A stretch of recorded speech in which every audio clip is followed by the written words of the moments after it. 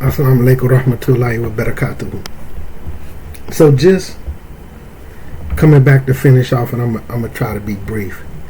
And the reason why I'm mentioning certain things because I've seen the damage that it has done to this community. But the practitioners of the damage take no responsibility. Right? And I'm not saying don't nobody know nothing. That's not what I'm saying. But some people know the truth and some people don't, man. And you see the damage. So like, and I'm going to get to this test thing. So what I'm saying is, some people had to break up particular classes being taught because I'm sitting in the meetings listening to people saying they don't want particular brothers teaching classes in front of their wives. No, that brother can't stand up and teach in front of my wife. But the underlay for this was because at home they had their wife thinking they was teaching me. Their wife ain't even never really seen me around them. You see what I'm saying? And like I'm saying, no knock, but like some of these sisters, man, they married to these brothers. You know these dudes don't take no classes. You know that you ain't seen them finish not one book. You go to them and then they have certain books and this and that. Go ask them where their answer sheets is at. Like I'll tell you this one right here. A lot of people did obligatory matters. I did obligatory matters in like 2012. Let me see if I got a timestamp, because this is when it really had just came out. This one was printed October 1st, 2014. I did this book 10 years ago. Right?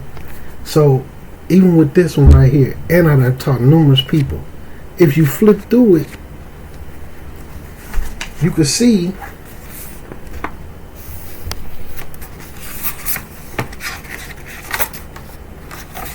I've done the book. Now it's a couple, like this one right here, it may look like they not answered, but they got like one little sentence or whatever when you flipping through them. But not only with me completing this whole thing, final exams, everything. It got final exams, everything, right? So you have individuals, so like these things at the end right here. Now this part right here, the final exams, I didn't write it in here. I did them on a piece of paper because my answers was more detailed. You couldn't put them inside this book. So like if you could see right here in the back, because it's only 20 lessons, so you can see where I didn't write, which I got my pieces of paper that I wrote. This is the final exams. Where they answer keys. So, and with this, I just challenged all the tests first. I would come in, boom, challenge the test, first one, first 2, 3. Then I would go through and read the material. Or if it had a tricky question that was specifically based on the book, the answer had to come from their book. Then I would leave it blank. Then when I went through and read the material, then I would answer it. But like, I didn't even have to read this book to answer that stuff. But due to the fact that the arguments would be, well, who's going to teach this? Who's going to do that? Who's going to do this and do that? And then in the back, there's a certificate. So like when these first came out, there was a website that you was attached to with the original people who did it, where they would grade your work. And there's a certificate in the end of it. But there would be these arguments, but I'm the only person who done actually did the book. But I wasn't trying to teach it, but I'm automatic. Oh, you can't do this, you can't do that. Because individuals is trying to make like to their wives that they teaching me. This 10 years ago. So when these brothers come ask me to come up with a test, not a test, come up with a curriculum. I don't want to do it, but they doing that, oh, you studious, you the only one who did this, you the only one who did that. So I said, all right, cool. Because we moving to the new masjid. I get the questions for the new Shahada test. And this caused the frenzy. Now, I still know how to, my Arabic not as good as it used to be as far as when somebody talking back to me, because I don't have anybody to talk to on a regular basis. So sometimes when I'm hearing it, I have to pause them for a minute and break it down because I don't hear it enough. But when I'm talking or when I'm reading, I'm a whole lot more thorough. So at the time, there was a brother from Jordan. He did a cookbar and stuff named Dr. Ahmed. Now he spoke Fusha. I didn't speak a dialect. I speak Fusha. So I was able to talk to him. You know, people started trying to make like he had a problem and this, that, and the third. He had seen the test. And me and him had a conversation in Arabic. He asked me why was the people having a problem with it? Like, brother, why you not teaching them that stuff that's on there? You know what I'm saying? He was like, this little stuff, and it's a pre-test.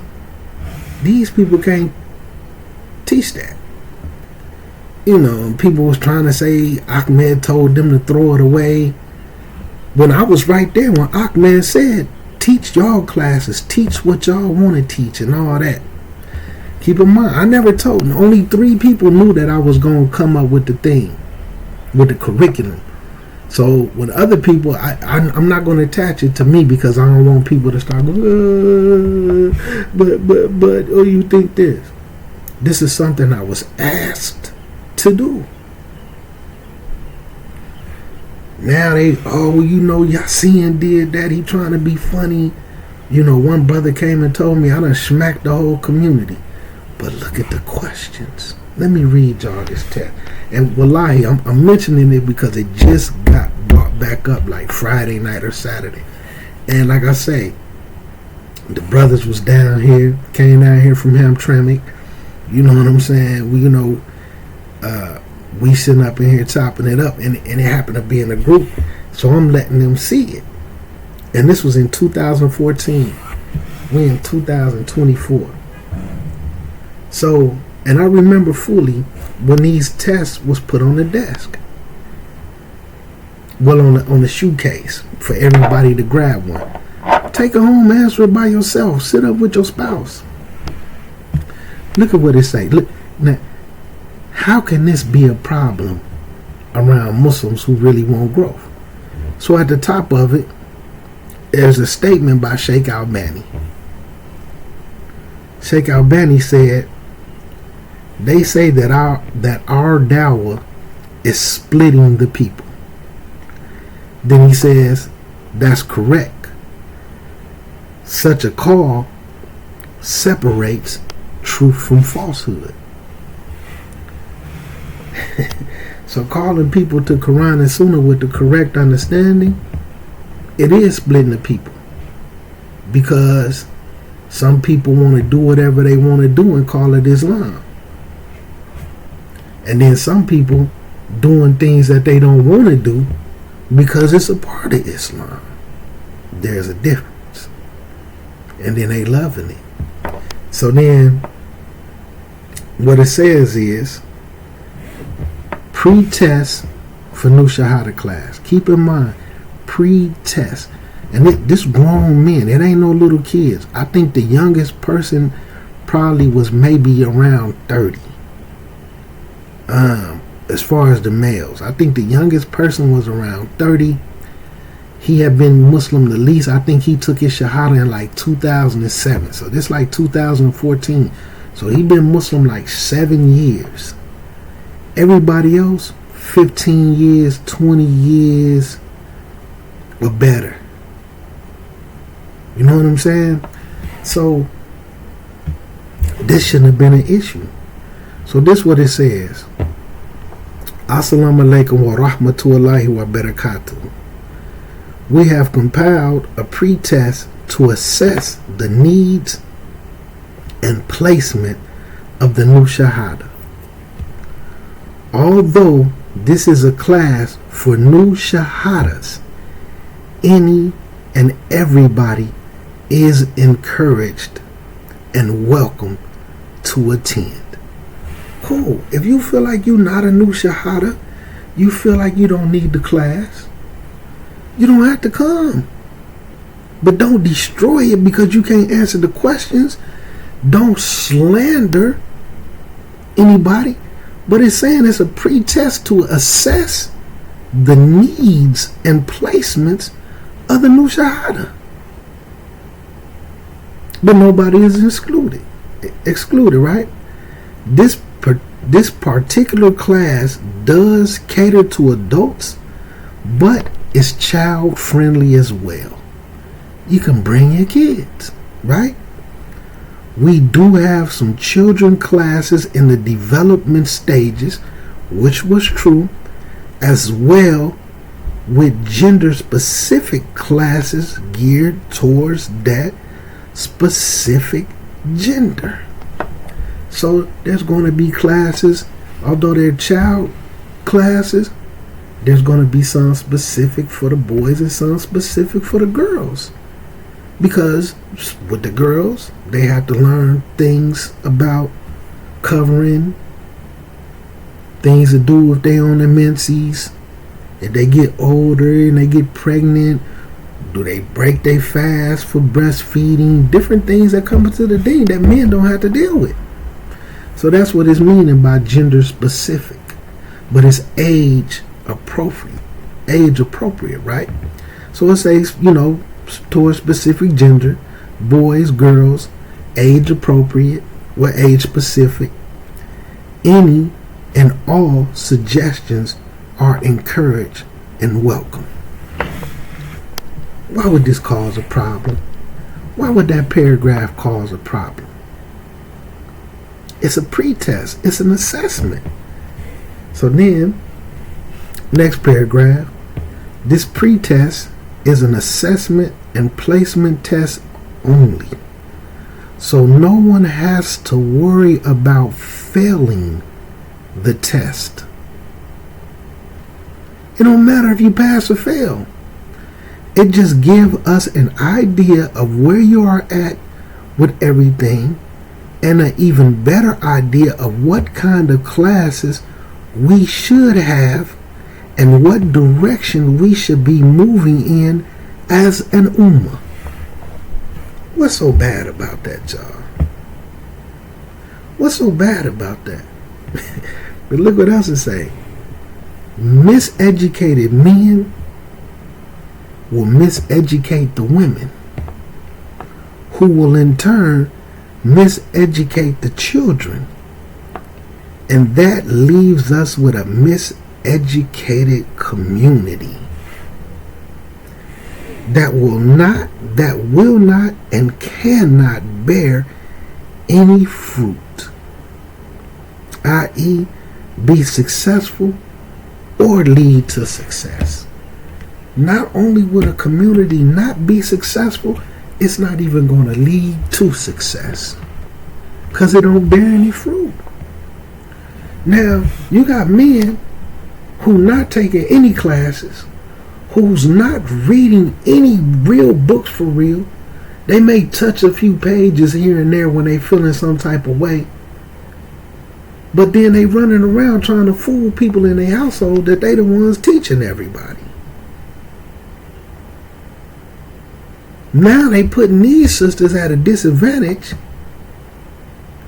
because now they sitting with other sisters and the wives of the people that these husbands is claiming that they teaching their husbands, but their wives is the one teaching y'all. That why does the delusion not clear itself from their minds? But it's causing a rift because it's like, okay, if you're teaching their husbands, if y'all three brothers is the main teachers of the husbands, why are we the ones that keep getting corrected? But there's a buffer because how can we possibly be wrong when what we saying we got it from y'all? But it's not clicking in your head because keep in mind, if those individuals was teaching me and a couple of other brothers, and then y'all feel like certain things that's being said to y'all is coming from my wife, wouldn't they be saying the same stuff y'all saying? If I learned from y'all husbands, let's make it make sense. So there's a buffer. There's a clash. And then when they find out they wrong, now it got it turned into, I specifically sent people in there to prove them wrong, just to prove the husband's wrong. But how is that a possibility if the husband's teaching me? Let's make it make sense. So I'm saying this is how the miseducation process came about. And it caused a lot of friction. And some of these sisters is delusional. Although they know, you can't think of not one book that you know that your husband completed, that you seen him do in the house. You ain't seen him do not one real class with a real teacher and signed up for it. Now, the beauty of it is, all of these brothers I invited. It wasn't like I was trying to take classes and get above everybody. Everybody was invited. Nobody wanted to do it. Look, what I'm learning in the classroom, we could sit down together and go through that. Nobody wanted to do it. I bump into two sisters. One who has spent time in Yemen for 7 years, fluent with the Arabic, super nice. And this, a lot of people don't know, there was a sister, of course this book was written by Abdul Wahab, but there was a sister who turned it into a class for sisters. And the scholars went through these books to say that so that they was appropriate for teaching and pulled out any mistakes. The sister who had designed this was in Yemen. Her dad was a scholar. The sister who I'm talking about that stayed in Yemen sat in a real class and knew the sister personally that designed this whole curriculum. So she had not only this, she got Thalathu, she got the 3 fundamental principles, let me speak English. Then she got like one on hijab, one on being a wife and family. She sat and took these real classes with her. I came to all these brothers. Not only that sister, another sister who was fluent, who stayed in Egypt for close to 8 years.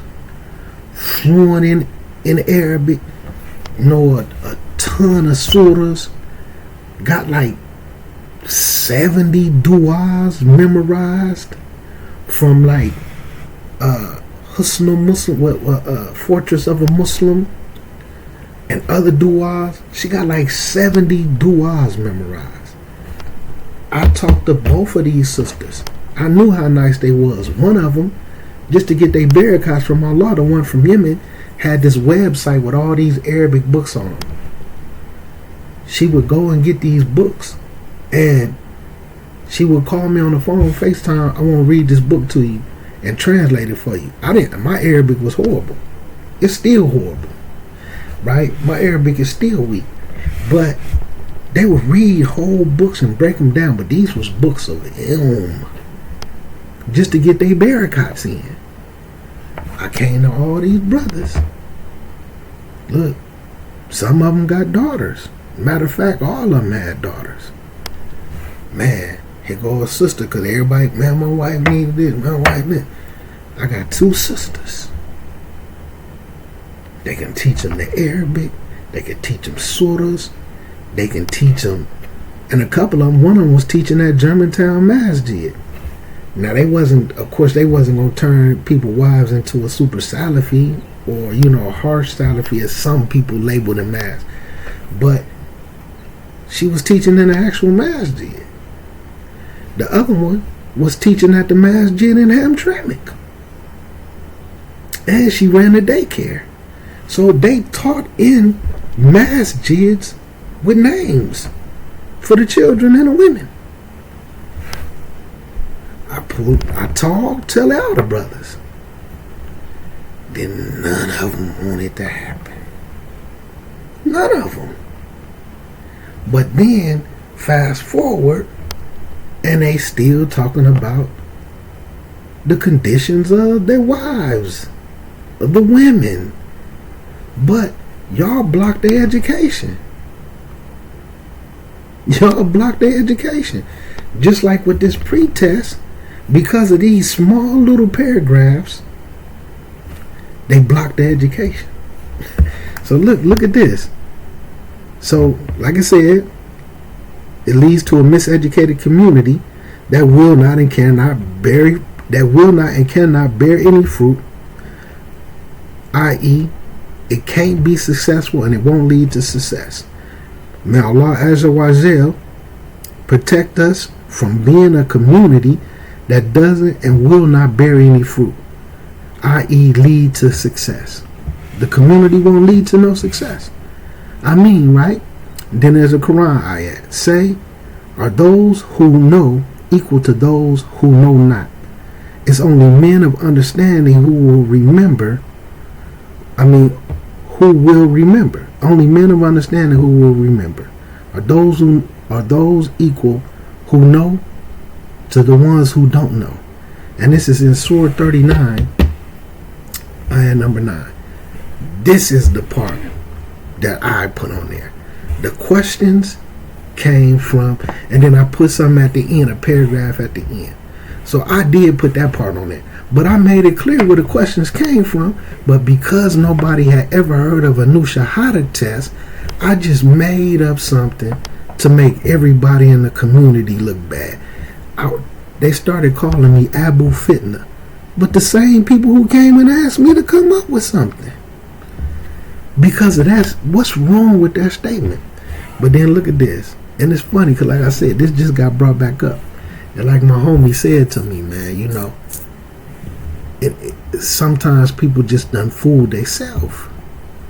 You know, sometimes with individuals who try to come off like they teach me and these brothers teaching this and that, and I have to go through them to get answers for questions and all this other type of stuff.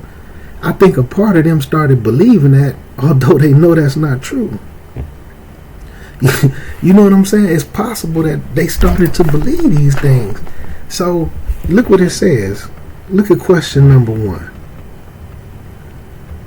You may want to answer these questions on a separate piece of paper because some of the answers will require some detail. Question number 1.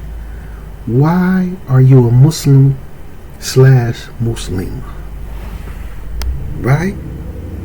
Why did you become a Muslim or a Muslim? Simple question. But some people accepted Islam to get married. Some people accepted Islam to be a part of their gang. You know, it came with my gang banging. These cats over here were some Muslims that was getting a lot of money in the streets. I wanted to get money with them, and they told me I had to be Muslim. These is realities. I've seen the Nation of Islam and saw how they was, and it was a black organization. I accepted Islam because I wanted to be a part of something black.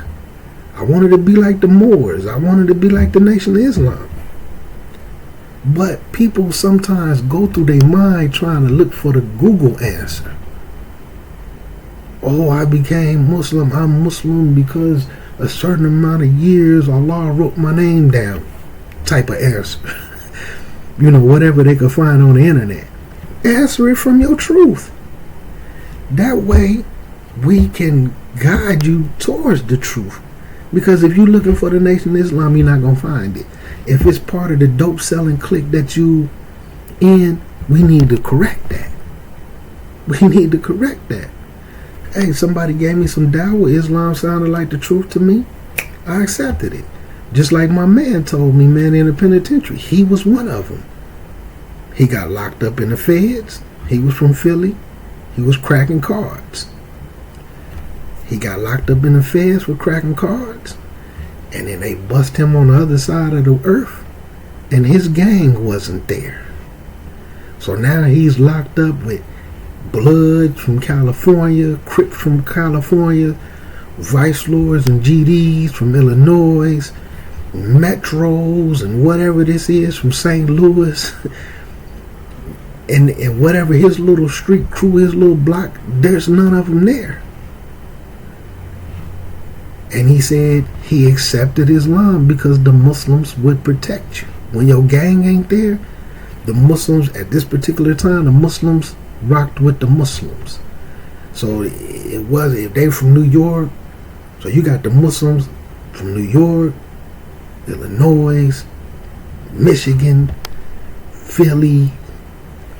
So the Muslims really outnumbered every little individual gang. He accepted Islam for protection. You see what I'm saying? Plus he knew a lot of Muslims in Philly, and he can call home when he needed to be able to answer some questions. He can call home and get some answers. This is what he told me. I didn't know this was a thing. Alhamdulillah, I never been locked up, and may Allah never test me with that. So just answer based off why you became Muslim. This was a problem. Second question, what do you plan to accomplish by being a Muslim or Muslim? Jannah? Jannah? I plan to accomplish Jannah. That's an easy answer for your truth. Oh, I plan to accomplish getting married. My plan was to accomplish finding a good husband, a good wife. My plan was to accomplish getting a whole kilo from the Muslim dope boys. Just answer from your truth. People couldn't answer these questions, and it caused a problem. Number 3, name 5 obligations you have as a Muslim or a Muslima, but don't name any of the 5 pillars. I have an obligation to go to the masjid. I have an obligation to have some hair on my face. If you come over my house, I have an obligation to offer you a glass of water. If you say assalamu alaikum to me, I have an obligation to return the greetings to you. If you a sister, you have an obligation to cover. This is simple. Nobody could answer these questions. And I'm not knocking them, but like I say, if you can't answer these questions, you need to be in a new Shahada class if you want to know these things. But if you don't, and if you feel like they're not important, don't disrupt the process and break up everything. Because you can't answer questions and you've been Muslim 20, 30 years. Right? Number 4, name 3 things that you could do in a community that will discourage people from accepting Islam or cause them to look down on Muslims or Muslimas and the deen of Islam. Just 3 things. Standing out on the corner gang banging as a Muslim, stripping, walking the streets, acting a certain type of way as a woman, fighting, beating kids all in the grocery store. These things can discourage people from becoming Muslim. Being real argumentative and raggedy acting at work around your peers, loud and boisterous about nothing. This could make people look at Muslims the wrong way. It could make them not want to accept Islam. Now, for the gang banging and the dope selling Muslims, you might attract 1 or 2 Muslims that be like, because they want to be a part of that. But imagine, you might turn 50 people away that wanted to be Muslim. You know what I'm saying? These is easy questions. Question number 5. Name three things you could do in your community that will encourage people to accept Islam or look at Muslims and Muslims and the Deen of Islam in a good way. Charity work. You know what I'm saying? Being dressed as a Muslim man, presenting yourself in a spectacular manner to where people be like, man, you know, them Muslims, man, they good people. They alright with me. It might even make some people accept Islam. I mean, go out and shovel your neighbor's snow. Cut their grass. Anything. You know what I'm saying?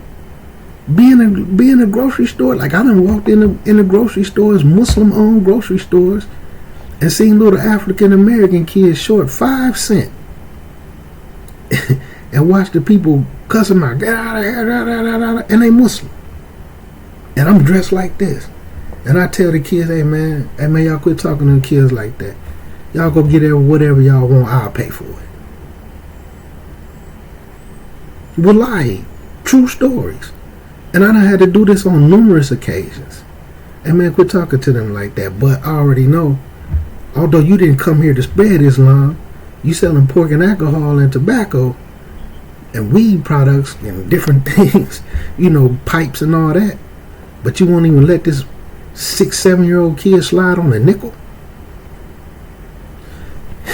To them, the Muslims down there, or like how they say around here, the Arabs, not even, we still don't even have the sophistication to know that it's Arabs.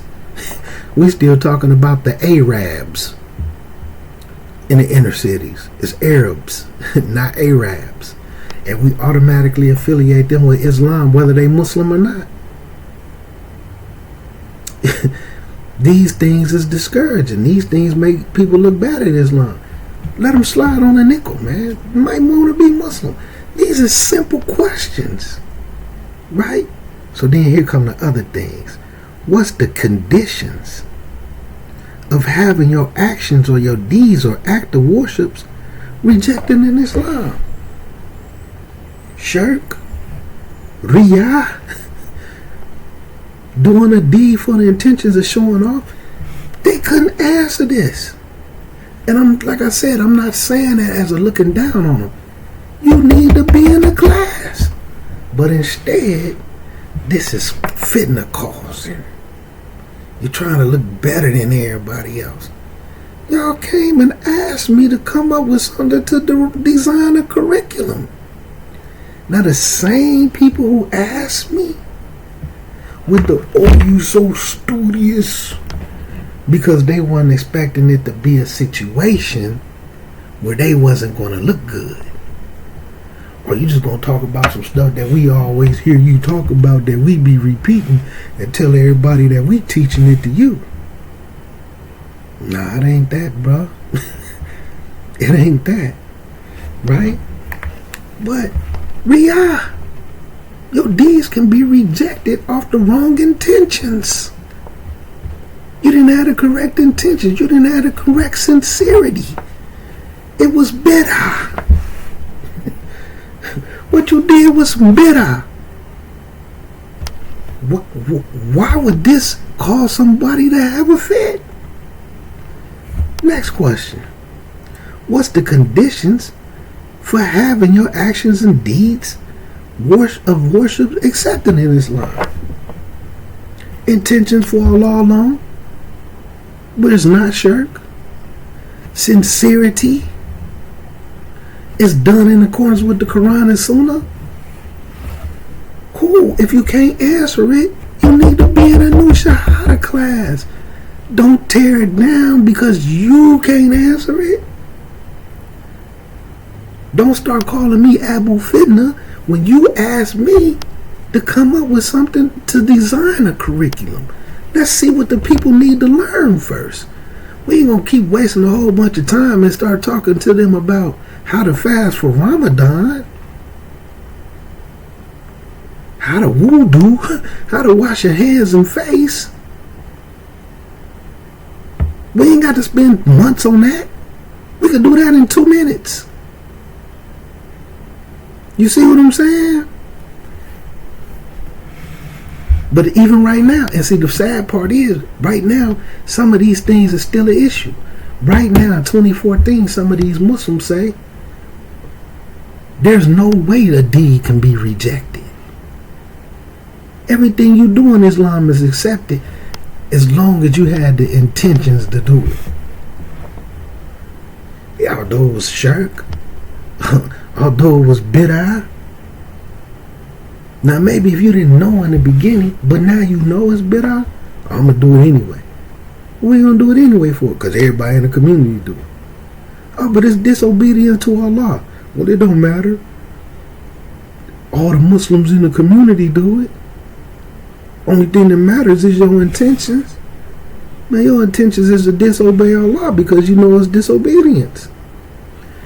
But anyway, to this day, because all this got tore down over a pretest.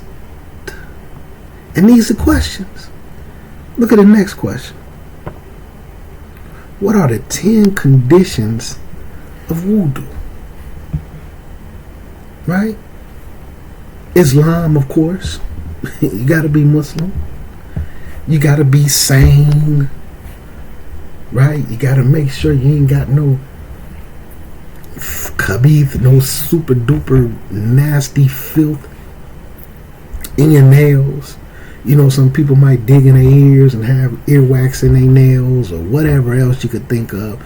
Might be a mechanic and got a bunch of dirty oil in your hands. Get all that up out your nails. Those little things. We can't talk about that. What's the obligatory acts of wudu? You make wudu, even if you feel like washing the hands starting off, is obligatory. Then say that. Nobody could answer it. They couldn't even get it. So like if this test was, so this is a thing. So this is to access the community. Alright, cool. Y'all don't understand this about wudu? Let's cover that. Y'all don't know the conditions, 10 conditions, this and that and the third? Let's cover that. That's it. Right? What are the 6 invalidators of wudu? You can ask them right now, what invalidate wudu? Right now, the majority of this community, I will say this, I've came across more Muslims that say bathroom floors break wudu than Muslims that can actually name what actually does break wudu. Now yeah, if it's a bathroom floor and it got some urine and stuff on it, right? If you follow the sunnah, this shouldn't be an issue. Clean your bathroom floor. Like wallahi, I done see, because people done said this stuff, walking on the concrete outside in socks break your wudu. Walking outside with some socks on, even if they leather socks, that breaks your wudu. Wallahi, I done been in brother's house in a bathroom that would go get in the tub, sit on the edge of the tub,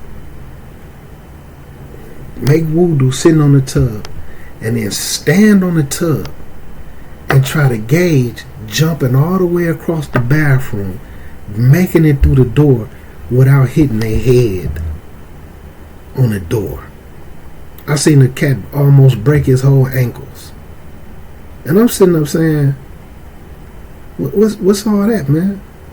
Well, bathroom floors break your wudu.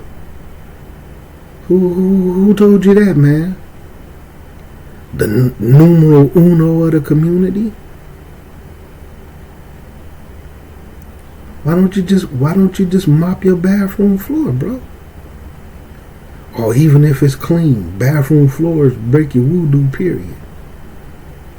Okay, but at the masjid, y'all got 1,000 pair of sandals out there, right? Because they also teach that bathroom floors break your wudu, right? Go in your bathroom with some sandals, man. You just almost broke your whole foot and ankle. Done bumped your head on the top of the door thing? Is you kidding me? But actual things that break voodoo, they don't know. So you can see how this is a problem.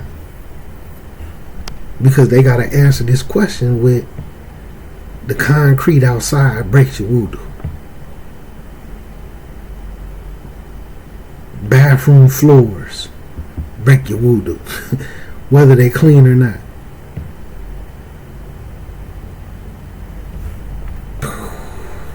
And like I say, this isn't a knock, this isn't a judgment. Y'all need the classes, man. Look at the next one.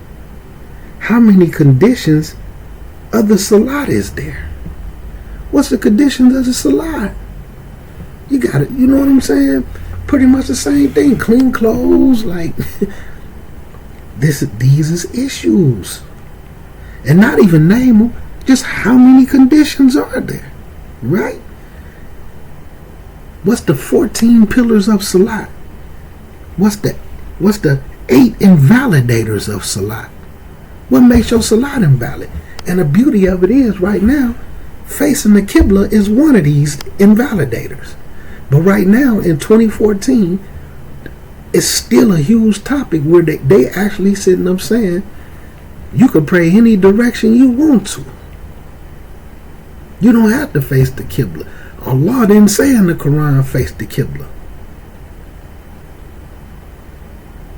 And the majority, I can literally sit down and say, in this city, 99.9% of the Muslims don't pray facing the Qibla.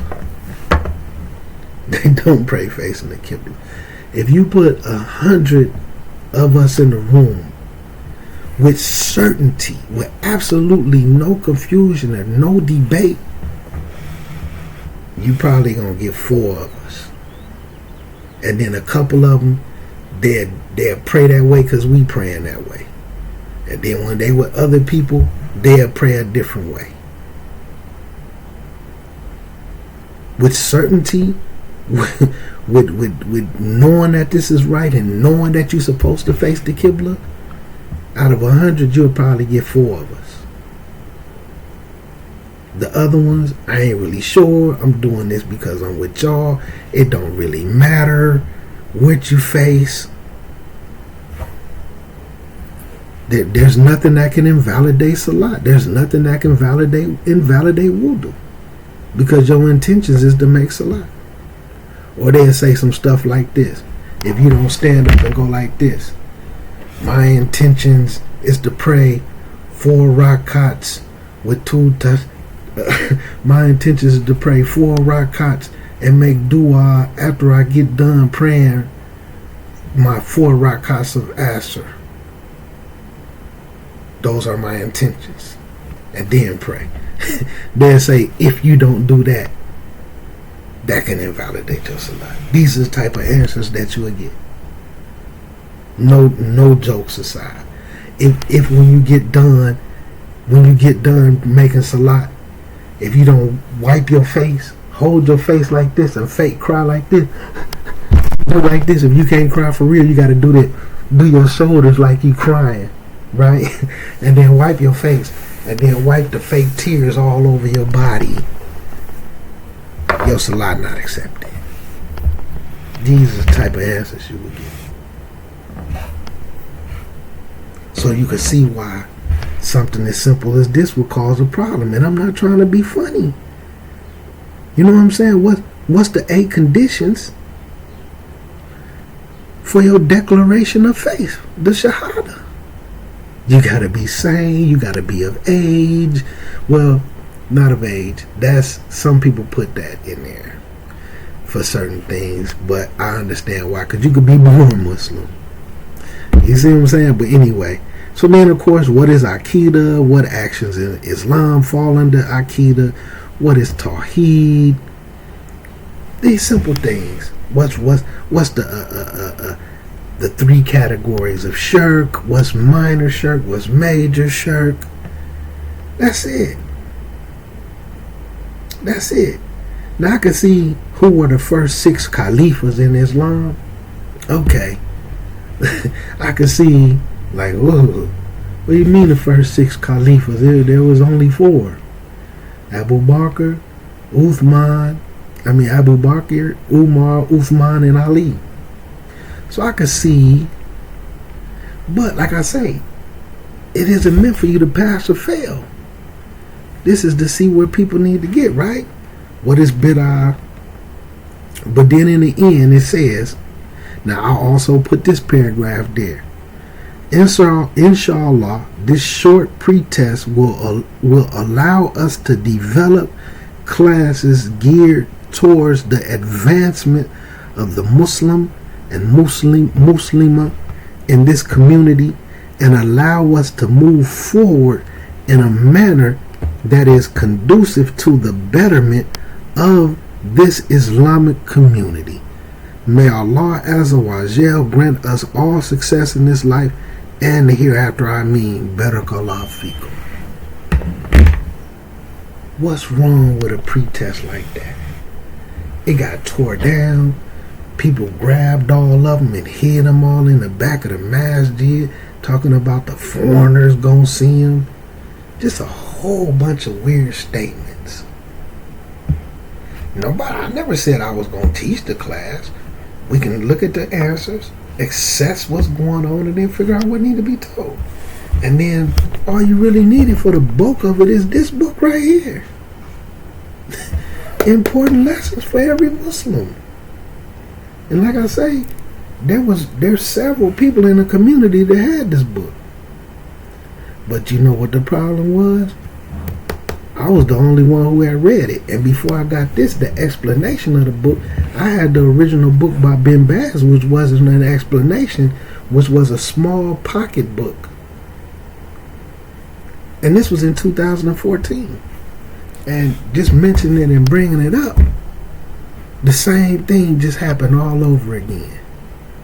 Can you design a curriculum? Can you come out and do this?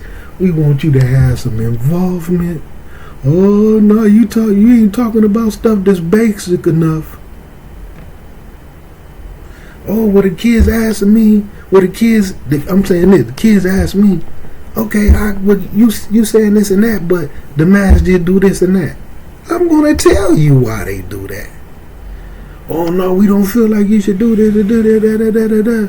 When the kids ain't around. Now the problem is you done told them some foolishness, and now you gotta correct yourself, just like these same individuals running around telling their wives that they teach me.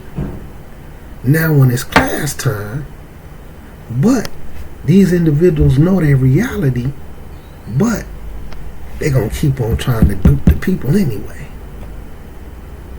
And it's unfortunate, man. It's unfortunate. And like I say, good companionship, man. And he gave me that jewel. He put it in my head. Sometimes it's not that people trying to fool the people. They not intentionally trying to fool the people. They have just unintentionally fooled themselves.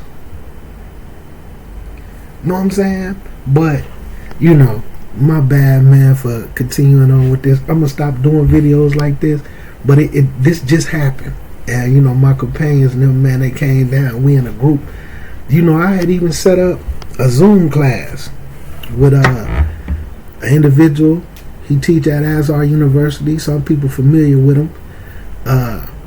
He got a master's degree in comparative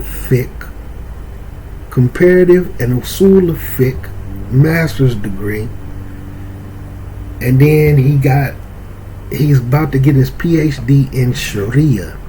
It's something based Sharia, but he's going to be able to be a judge, a mufti, you know what I'm saying? But he'll be able to be a judge in Islamic law once he graduates. So he got a double major. He majored in fiqh and in Sharia. Cold brother. I had him on a Zoom. You know what I'm saying? Try to set up everything for the Zoom. People playing with their time. And perhaps they done fooled themselves, possibly. You know what I'm saying? Like, it's just like you can't want to be all of these things in Islam. You can't want Islam to save you and don't learn it. You can't want your life to be pleasing to you, but you don't want to please Allah. Like, it just don't work that way. Now, yeah, there's some people, who have some certain things, but in that next life, it's going to be some difficulties. And like I said about in the beginning, about that question, man, about your deen. How can you prove with some dalil that you on your deen in just one aspect? Because you're going to be asked in the grave, what was your deen? And your actions, guess what your proof for it is? Your actions. What you did. How you lived. And if you wasn't on your deen, you ain't even going to be able to move your lips. And then what's going to happen next? That hammer. Or perhaps you is able to move your lips and they look at you and say, you have lied. And when you see the descriptions about that hammer, the hammer is so big, if they hit a mountain, it'll crush a whole mountain. This hammer is going to smash everything on your body. Bones, brains, all at once. And you're going to feel all of it at once. And then your body going to form right back up so you can be asked the next question. If you can't answer that question right now, how you going to answer it in the grave? Because your actions and what you do with the correct intentions for Allah alone, with the correct sincerity, and being in accordance with the Quran and Sunnah, if you can't answer it now, how you going to answer it in the grave? How you going to answer it in the grave? And see, one of the brothers, and I'm going to close, man, because I done went way too long. But a brother said something profound to me the other day because he come to us with an issue. And he said, me and my wife, man, for about the past 6-7 months, we just been getting into it over a bunch of little weird, trivial issues. So, sometimes people want to look to themselves. So we like, yeah, like, okay, what's to it? Or sometimes we'd be like, what's the fine? What's the fiqh of your understanding? Like, what conclusion you coming to? What's to it? And the brother said, man, I believe it's because my wife is najis, spiritually impure. So we looking at him like, okay, why you feel like your wife is najis? Because he's coming for advice. And he said, because after we have sexual intercourse and we go to make ghusl, her hair and scalp is always dry. Because she don't want to get her hair wet. She don't want to mess up her hairstyle. For 2, she has been convinced that just taking a shower is sufficient for ghusl. So just like, for instance, when you make wudu, even when you look at the hadith where the man had just a little bit of spot on his ankle that he forgot to wash, you're not in wudu. You're not just, kid, because these are spiritual purifications. Just like you could live next door to a non-Muslim. When they go take a shower, is that ghusl? If they have sex with their partner and they go take a shower, is it ghusl? Not at all. Not at all. It's just a shower. So when you take a shower, it's just a shower. You make that ghusl, or you take that shower with that soap, or your bath and you soap and cleanse your body real good, then make the ghusl. Or vice versa. Do the ghusl with the water the way you're supposed to, and then take the shower. because the ghusl is the spiritual part. So, not to issue no ruling on her, but I understand where you're coming from with, she najis. And there's certain things that's not accepted in Islam, whether people want to accept it or not. It's just not accepted when you najis. And then especially when you know it's najis, when you know it's a part of the deen, but you don't want to mess your hair up. I ain't trying to mess up my hairstyle. Water makes my hair curl. And all these different things. When you make ghusl, that water got to get down to that scalp. You know what I mean? And it was just profound to me, man, because the way that perspective he had. And now it's bringing certain things into the home. Let's give it a visual. Let's say your body is squeaky clean and you smell like the best scent on earth. But then the person who you in the house with covered in filthy mud that stinks. What y'all gonna come together and do? But see, sometimes that's the nafs. That's the spiritual. When they not making ghusl properly, when they not making wudu, male and female, you dealing with somebody that's covered in mud that stinks. And when he did it, man, it just put it in my head, man, like some of these individuals, I'm not going to speak on situations, but some people in situations, man, where they feel like people don't even need to make ghusl. And wallahi, people who I know in those situations, I tell them, at least teach them how to make ghusl. At least something. I know you got to be Muslim. I know certain things got to be there, but at least attempt it. Maybe it might spark something in their head that they come all the way over. They najis. They najis.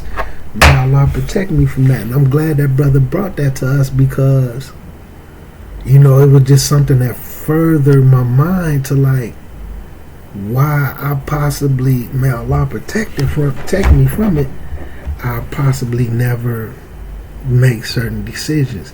Because I hear other females, they say certain things about female, they don't even know how to do istinja. But that don't mean they dirty, because istinja the way that you see it, because they had, I ain't gonna go into the Arabic, but they had where they use dry stuff and they had where they use water. Bones, a high number of stones. You know what I'm saying? So, and when you get into the books of fiqh and the hadith, it break both of them down. It wasn't always they use this and some water, or they just use water. There's dry things that you could do. So that ain't necessary, and it don't necessarily mean spiritual. But taimun, ghusl, and wudu, spiritual cleansing. Because just like when you can take you some water and do this, wake up in the morning, wash your face, you can't call that wudu. But when you do it, the wudu, preparing yourself for salat, it's a spiritual cleansing. So I can't make a ruling on it, but I understand the brother point and feeling like, man, my wife is najis. You know what I'm saying? Let me get up out of here, man. Hey, assalamu alaikum rahmatullahi wa barakatuh, man. I'm going to try to quit doing these type of videos, but I just had to speak on it, man, because like I said, my homie, man, and the brothers who was hearing some of the things they said to me, and just pondering on it, man, like, because this was 10 years ago, and I'm watching the exact same thing 10 years later with the same causers of issues. If I can word it that way. Like, it's amazing, man. Alhamdulillah, 10 years later. And knowing right now, if this same test was put in front of people as a pre-test 10 years later, we could have did that class. Like I say, the bulk of it is right here. We could have did that in a weekend and moved on. But like I said, and some people had this book in their home. I could name 2 other brothers that I knew for a fact had this book. I mean, I knew they hadn't read it. I knew that. And I had this book and the original one, the small one. Matter of fact, I had like 3 of the small ones that wasn't the explanation. But I could have gave them out. We could have did this in a weekend. But they destroyed everything. No classes, everything disappeared. Off those questions. And what was written in it. But what I need a new Shahada class for, I've been Muslim 12 years. You know what I'm saying? Like, yeah, that's when I be doing like this. Yeah, that's my cue. It's time for me to get up out of here. But anyway, man, you know, so like I said, this ain't speaking from judgment. This not to down nobody. But, you know, like I said, conversations I'm having with the brothers, man, and then I'm just looking at the results of everything all these years later. And me watching where everything is, like I'm seeing where everything's starting to crumble. Just like I know I done had overly qualified sisters to teach some of these sisters and listen to every last one of them. The brothers refuse it. Oh, my wife did, my daughter, da da da da da. But then on the flip side, they want to criticize these sisters for not knowing nothing. And then when the brothers that they was teaching, that was teaching their wives, and then their wives is coming and correcting them, or they having things turning into a debate because of things they told their own wives, and their wives trying to tell it to other people, and they're getting corrected, they got to flip the script. But if y'all the ones that's teaching everybody, why is there a difference of opinion and y'all wives happen to be incorrect 90% of the time?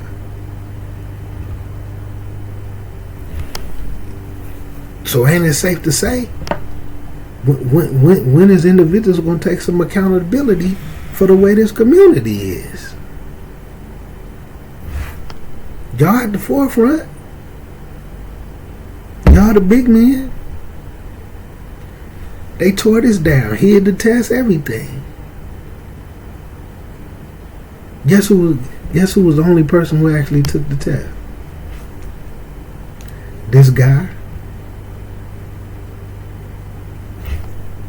Assalamu alaikum rahmatullahi wa barakatuh, man. So like I say, not to bash, but and other people can learn from this, because you could be in the same environment. The same people that's pretending like they helping you so that they can look like the helpers may be the exact same ones that's stunting your growth. You know what I'm saying? And then certain people who be in these groups, oh, I want to read this book, I want to go through this, but then be like, oh, well, I don't want to do it because these people didn't come, or my best friend ain't doing it with me, so I'm not going to do it. You think that's going to get you an agenda? Like a lot of sisters, man, that I counsel and be wakils for, and I be cool with the husband. So, you know, okay, the books is in the house. Why you don't study on your own while he at work, or why he off driving and doing these other things? Oh, well, I want him to do it with me. You want him to take that punishment in the grave with you too, because he's not. You ain't gonna do them together. Oh, it ain't no fun if I do it with my friends. It's intimacy when I do it with my husband. Okay, but he's busy. You know, to be honest, your husband don't do that. You want that for yourself. He don't want that for himself. You just not gonna do nothing, or vice versa with the brothers. Oh man, my wife don't never want to study. She don't never want to read. She don't never want to do nothing. So you just not gonna do anything? It's not going to be a valid excuse. When you asked in that grave, what was your deed? Your actions and deeds is going to determine you being able to answer. If your answer right now is, I ain't gonna lie to you, I ain't on my dean. You might as well go and get prepared for that hammer, Jack. Because you don't know your end date, just like I don't know mine. I could click stop on this thing and die right now. I could just be like this. I can pass away in the middle of this conversation. Cats better stop acting like they got time, man. Running around here with that foolishness that they believe in, like they got a ticket to Jenna. I don't think so, Jack. I don't think so. And then everybody else that wanted some education, y'all ruining it for them. You don't think y'all gonna be held accountable for that? A simple little pretest to set up some classes that people could have actually benefited from that I wasn't gonna teach. I ain't gotta be the teacher. I don't want no name. I provide the books. If I'm asked a question, I'll answer it. But just look at how far y'all set the community back. This was 10 years ago. 10 years. And the same people that broke it up is the same people that can't answer these questions today. And then if the ones who still married, if you sit down with their wives can't answer the questions. Kids can't answer the question. Foreigners can't answer the question. You know what I'm saying? Like I said, even though people try to put certain things on Dr. Ahmed and all that, I used to stay in the masjid on the weekends. Sometimes he would come from his office to come in there and pray. And we would chop it up. We discussed the test. He couldn't even answer some of them, but he gave the cook bars. You know what I'm saying? And then when you know the significance of some of it, because if you forget something in prayer and then try to do the 2 rakats for forgetfulness, but you didn't make up the part that you forgot, if it's a part of the pillar, you got to redo pillars. So you need to know exactly what is a pillar. But man, let me get out of here, man. Assalamu alaikum warahmatullahi wabarakatuh.